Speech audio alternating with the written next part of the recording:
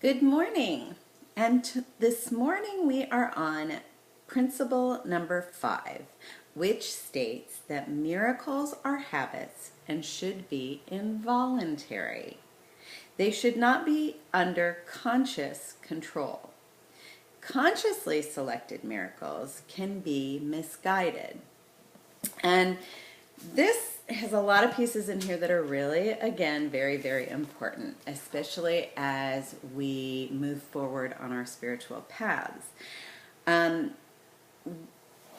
love the beginning of miracles are habits, and that is really the truth, because when we get in the habit of connecting into our Creator, I call it God, when we practice connecting into God and making that a habit, we begin to see the world through the eyes of the Christ. We begin to hear the messages of Holy Spirit, and we begin to find ourselves in the presence of God always. Last week in principle number 4, we talked about being present to the presence of God. And this week, we're taking that a step forward and actually creating that as a habit. So miracles are around us all the time. And sometimes we're plugged into that, and sometimes we're completely unconscious to it.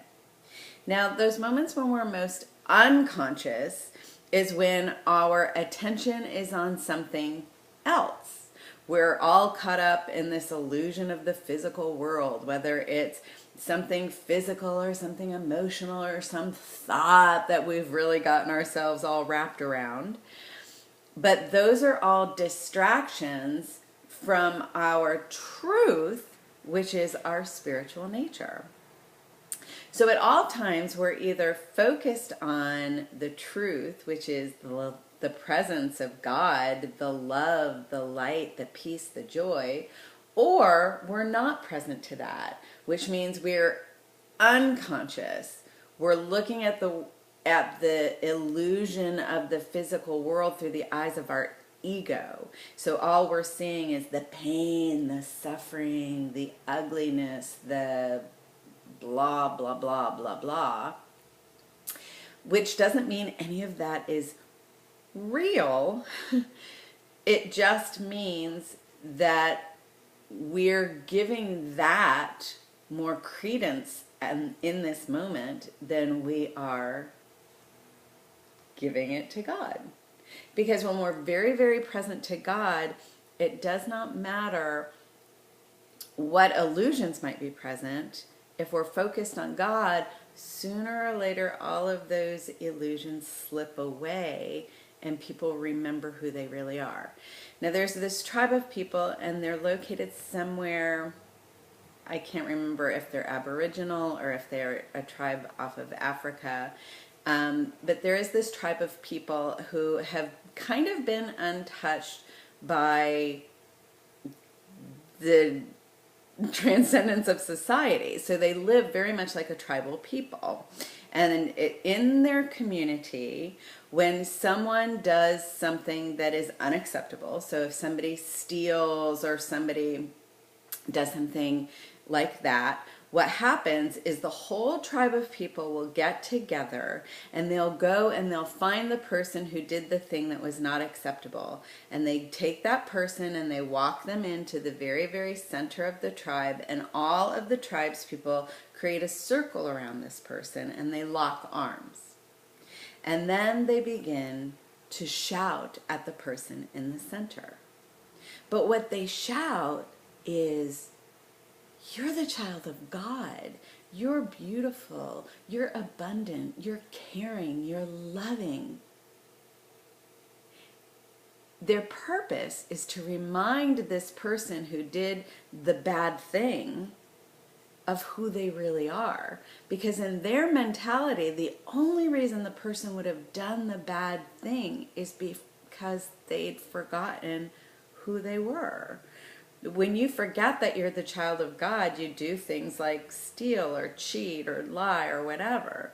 But when And that's just because for that moment you were unconscious and you need your tribe to remind you of who you really are so you don't continue to do the things that don't serve anyone. And so you can get back over onto your spiritual path. Okay? But that's a habit. We have to become the types of beings that are in the habit of reminding ourselves of our goodness, reminding ourselves that we're the child of God, reminding ourselves that every being in front of us is the child of God, right? Because once we get in that habit, the whole world's going to begin to look different to us, okay? And the next part that's really important is that will sooner or later, when you practice it long enough, it will become involuntary. Okay? So just like when you first started to learn to ride a bicycle, when you first learned to ride a bicycle, it seemed really challenging, like trying to keep your balance and trying to stay on these two wheels, and you started out with little training wheels, right? So you might think of these videos as like your little training wheels, okay? But then sooner or later you feel like you don't maybe need your training wheels anymore and you got it going pretty good on your own. And before you know it, you can ride a bike without even having to think about it. So sooner or later we become so conscious of God, of love, of peace and joy and enlightenment that we actually are in heaven on earth. And how lovely is that? So it starts with the practice, okay? The practice leads to the habit, and the habit leads to it becoming completely involuntary. And another thing that's important here is that miracles should not be under our conscious control. Because if we're consciously trying to control a miracle, that's our ego saying that we know better than God's plan. Okay? Now this will happen a lot. People will send me prayer requests or healing requests. And, you know, especially if they're praying for another person. Okay? So they want the suffering to stop, right? For their friends, for their loved ones. However, some people learn through suffering.